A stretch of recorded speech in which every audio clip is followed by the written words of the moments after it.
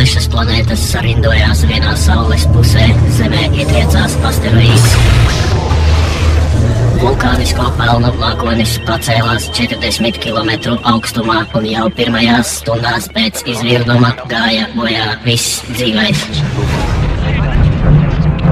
Sauli uz ilgu laiku aizsedza pelni, gaisa temperatūra nokritās līdz pat -50 grādiem. To pārdzīvot lemts bija tikai retajam. Ja arī kāds nenomira no augstuma, tad no bada gan.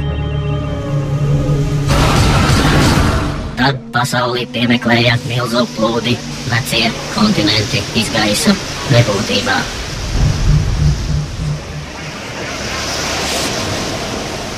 Vienīgais veids, kā paglābties no draudošajiem plūdiem, būvēt laivu.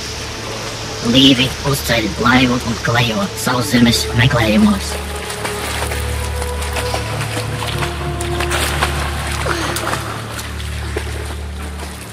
Ir 2030. gads. Kaut kur Bermudu salu rajonā no vispasaules okeāna dzīlēm pacēlās sendienās nogrimusī Livontīda.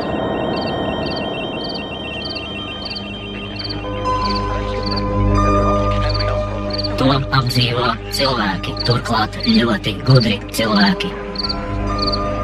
Laiks ir silts, tik silts, ka kāpostu un ķirbju vietā Livonijā audzē firziķus un arbūzus. Ir 2030. gads. Es redzu, nāk vīri pelēkos papals svārkos. Ir sākušies kodola Ziemassvētki.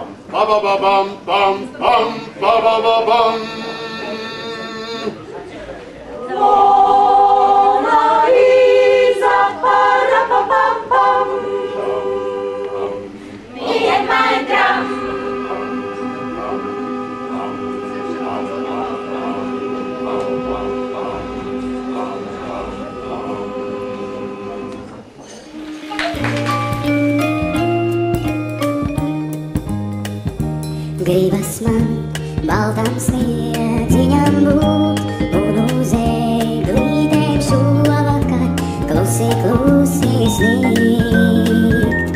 Gribas man spožai zvaigznītei kļūt savai